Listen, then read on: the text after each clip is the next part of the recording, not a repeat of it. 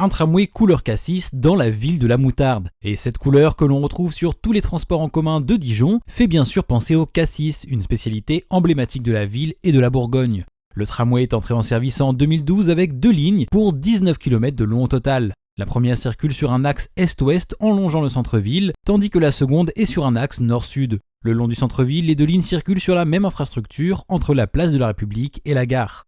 Mais une des spécificités du tramway de Dijon, c'est son matériel roulant. Alors il s'agit de rames Alstom Citadis plutôt classiques, mais ce qui est intéressant, c'est qu'elles sont identiques à celles de Brest. En fait, les 2 villes ont fait une commande groupée pour diminuer le coût d'achat des rames, un geste plutôt malin.